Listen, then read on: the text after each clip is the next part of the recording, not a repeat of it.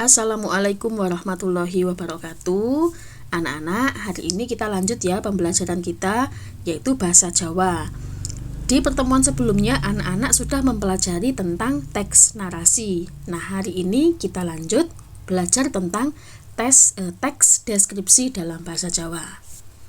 Nah, ini materinya ada di buku Tantri Basa kelas 5 halaman 10. Nih ya, sesuai judulnya teks deskripsi. Teks deskripsi yaiku tulisan sing gagasan pokoke diandharake kanthi cara nggambarake objek, panggon utawa kedadean kanthi njelimet utawa rinci, nganti sing maca rumangsa kaya nyawang utawa ngalami dhewe objek sing digambarake penulis. Nah, jadi teks deskripsi itu merupakan sebuah tulisan yang gagasan utamanya itu dijabarkan dengan cara menggambarkan suatu objek atau tempat atau suatu kejadian dengan cara detail dan rinci, sehingga siapapun yang membacanya seolah-olah seperti melihat sendiri objek yang dituliskan oleh penulis. Gitu loh do, ana teks wacan kang judule Alun-alun Wayah Sore. Alun-alun ing kuthaku diapit karo bangunan penting. Ing sisih wetan ana pendopo kabupaten kang endah asri. Ing sisih kulon ana masjid jami lan penjara. Yen madhep mangidul katon tarik-tarik toko pecinan. Dene ing sisih lore ana kantor polisi lan gedung sekolah SMP Negeri 1. Jenenge wae alun-alun, dadi ya bunder seser. Sapinggire alun-alun biyen ana pager wesi, saiki diganti kekembangan maneka warna. Sukete ijo subur. Sapa bae ora kena midak suket sebab marakake rusak. Ing satengahe ana banyu mancur kang bisa joget. Ing wayah bengi lampune warna-warni tur bisa joget. Tandurane ing taman ditata manut endhek dhuwure. Akeh kursi wesi ukir lan uga ana lungguhan kang saka semen. Wit-wit aweh pangayoman cacah 4 kang njagani alun-alun iki. Uga pagupon omahe dara kang padha mencok lan miber golek pangan. Ora kena mburu lan nyekel dara-dara mau. Anane alun-alun bisa njalari sapa pikiran dadi tentrem. Anane mung rasa ayem lan tresna marang lingkungan. Nah, jadi anak-anak, ini tadi ada sebuah teks bacaan ya, mendeskripsikan sebuah tempat yaitu alun-alun. Nah, di sini dijelaskan alun-alun itu diapit oleh 2 bangunan penting di sisi timur, dari sisi barat, utara, selatan. Nah, kemudian di dalam alun-alunnya itu ada apanya saja. Nah, itu dideskripsikan secara rinci sehingga kita meskipun tidak melihat alun-alunnya tetapi dengan dijelaskan secara detail di bacaan ini kita bisa membayangkan bentuknya seperti apa. Nah, itulah ya yang menjadi ciri dari teks deskripsi. Nah, iki strukture teks deskripsi. Nomor 1 identifikasi, nomor 2 klasifikasi, nomor 3 deskripsi bagian. Keterangane identifikasi yaiku objek, panggon utawa barang kang diandharake kanthi umum. Jadi identifikasi itu objek, tempat atau barang yang dideskripsikan, yang akan dijelaskan secara detail itu apa objeknya. Nomor 2 klasifikasi, ngandharake bagian-bagiane objek. Nah, klasifikasi ini menjelaskan bagian dari objek yang dijelaskan tadi. Nomor 3 deskripsi bagian, ngandharake bagian-bagian kanthi rinci. Nah, pada deskripsi bagian inilah yang dijelaskan secara rinci. Jadi dari klasifikasi tadi dijelaskan lebih rinci lagi bagian-bagiannya di deskripsi bagian. Tulodo atau contoh. Wacan teks deskripsi ing dhuwur, struktur tekse kaya ing ngisor iki. Nah, ini sesuai strukturnya ya. Nomor 1 identifikasi, 2 klasifikasi, 3 deskripsi bagian. Identifikasi, yang diidentifikasi tadi yaitu alun-alun ing kutoku ya. Jadi alun-alun di kotaku yang dideskripsikan secara rinci atau detail.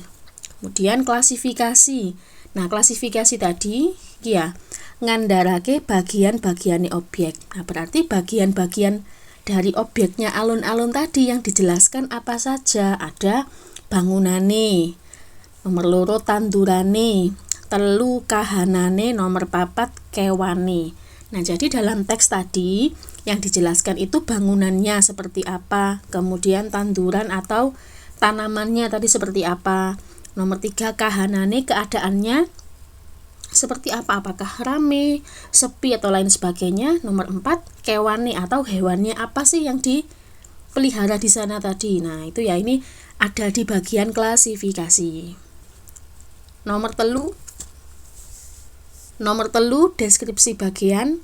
Deskripsi bagian itu merupakan penjelasan dari klasifikasi tadi ya. Nomor 1 bangunane. Nah, ini dijelaskan secara rinci. Bangunane sisih wetan ono pendopo, sisih kulon ono masjid jami lan penjara, sisih kidul ono toko pecinan, sisih lor ono kantor polisi lan gedung sekolah SMP Negeri 1. Nah, jadi klasifikasi ini, bangunan ini tadi dijelaskan lebih rinci lagi di deskripsi bagian. Nomor loro tandurane, penjelasane sukete ijo, ono kekembangan, ono taman lan wit-witan kang gede yaiku ringin. Jadi ada rumput hijau, ada bunga, ada tamannya, ada juga pohon yang besar yaitu pohon beringin. Kemudian kewane tadi dijelaskan di teks ada burung dara ya, ono manuk doro. Kemudian kahanane atau keadaannya wayah bengi lampune warna-warni tur bisa joget. Jalari kerasan, pikiran dadi tentrem, ayem lan tresno marang lingkungan. Nah, jadi keadaannya di sana ketika malam hari lampunya itu warna-warni dan bisa bergerak. Ini membuat kita menjadi kerasan, pikiran menjadi tentram, tenang, dan cinta terhadap lingkungan. Nah, itu tadi ya contoh teks deskripsi. Jika kita lebih rincikan lagi dalam strukturnya seperti ini. Nah, ini ya tugasnya anak-anak. Berarti nanti mengerjakan ini halaman 12. Ini ada tabel. Nah, tabel ini memberi tanda centang ya ini ya, bebarengan karo kancamu sebangku wenehono tondo centang sing cocok karo pranyatan. Jadi kamu diminta untuk memberi tanda centang pada pernyataan yang ada di bawah ini. Nah, pernyataan ini apakah dia itu termasuk teks narasi atau deskripsi. Nah, ini ya supaya kamu bisa membedakan. Karangan kang ngandharake kedadean kanthi urut wektu utawa kronologine. Contoh nomor 1, karangan yang menjelaskan suatu kejadian dengan urut waktu sesuai dengan urut waktunya ya, sesuai dengan kronologinya. Nah, itu bukan teks deskripsi tapi narasi seperti itu. Silakan ini dikerjakan yang halaman 12 tabel ya nomor 1 sampai 6. Nah, kemudian di bawahnya ada geladen loro, ngidentifikasi teks deskripsi.